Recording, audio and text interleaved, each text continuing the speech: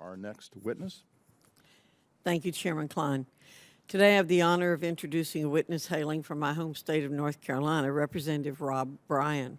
He's well qualified to serve as a witness on education and school choice, as he spent his first 2 years after college in the Teach for America program at a classroom in inner city Los Angeles. Today he's also a member of BEST North Carolina, where he works with the North Carolina Teacher of the Year, James Ford, to identify the best evidence-based strategies to pay, evaluate, and retain teachers. Representative Bryan is a member of the North Carolina House of Representatives, where he is a chairman of the Education Appropriations Subcommittee and a member of the Education Committee.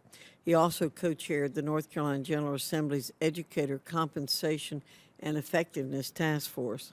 In addition to his work in education, Representative Bryan serves as a lawyer at the Womble, Carlisle, Sandridge, and Rice law firm. He graduated from fine North Carolina universities, UNC Chapel Hill and the Duke University's Law School. He and his wife, Dottie, have 6 children and attend Up-Down Church. It may be his parenting 6 children that give him the best expertise. It's an honor for me to be here this morning. As you guys are well aware, legislators, like the laborers in the Bible parables, arrive at different times and play different roles in harvesting and planting crops. And by that I mean sponsoring and getting good legislation passed. Working for school choice and opportunity scholarships in particular has been a long labor.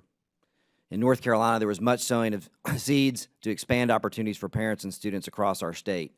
As a freshman legislator in 2013, I had the privilege of arriving at the right time to be a part of those first fruits for school choice in North Carolina.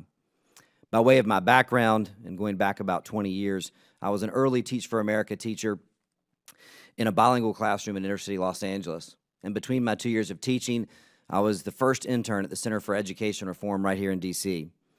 These experiences have shaped my perspective as a legislator and made me a fan of expanding school choice options, especially for low-income families who typically have the fewest options. All this led me to be the primary sponsor of the Opportunity Scholarship Law, which provides roughly 6,000 low-income students and their families a scholarship to go to the school of their choice. Moreover, I'm proud that this historic legislation had bipartisan leadership, with 2 Republicans and 2 Democrats serving as the primary sponsors, standing together to make this opportunity a reality for thousands of students. We also had our state's first school choice program, the Special Needs Education Grant, passed in 2011, which was also passed with broad bipartisan support. Unfortunately, many establishment folks in education and often the press aren't fans of opportunity scholarships.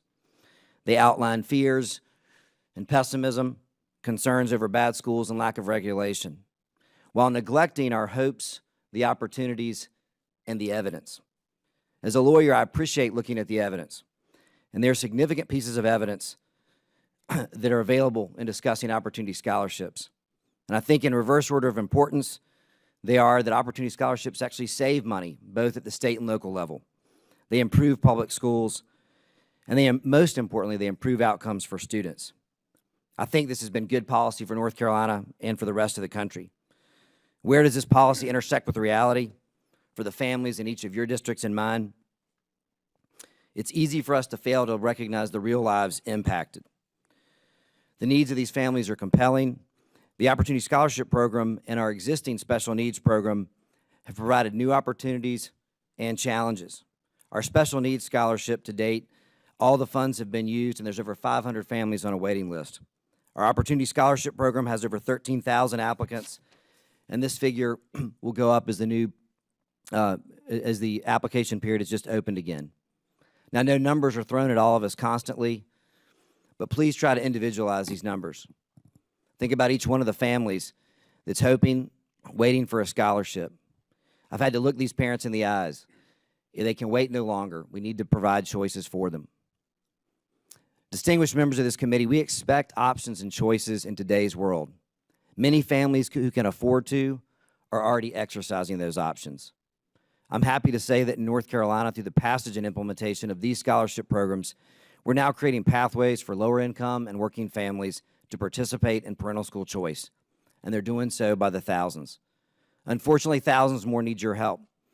And though I'm here representing the great state of North Carolina, I know there are other states like ours who appreciate the fact that you, our members of the United States House of Representatives, are exploring ideas of how more can be done to help families like the ones I've described.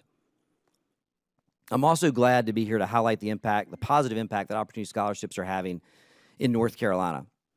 As I look out my window on the 35th floor, I look down and see First Baptist Church. First Baptist Church is now housing the Brookstone Schools, which is an academically excellent urban Christian school serving low-income families. The school has a rich history of engaging, educating, and empowering students that come out of poverty and often the most dysfunctional of families and communities. Brookstone Schools participates in the Opportunity Scholarship Program, where they've enrolled 23 students this year. I am fortunate to see much of the city of Charlotte out my window, but this view of the Brookstone Schools has become my favorite. Chairman Klein, Ranking Member Scott, and distinguished members of the committee, I want to thank you again for your initiative in holding this hearing, and I'm honored to have had the opportunity to share with you this morning.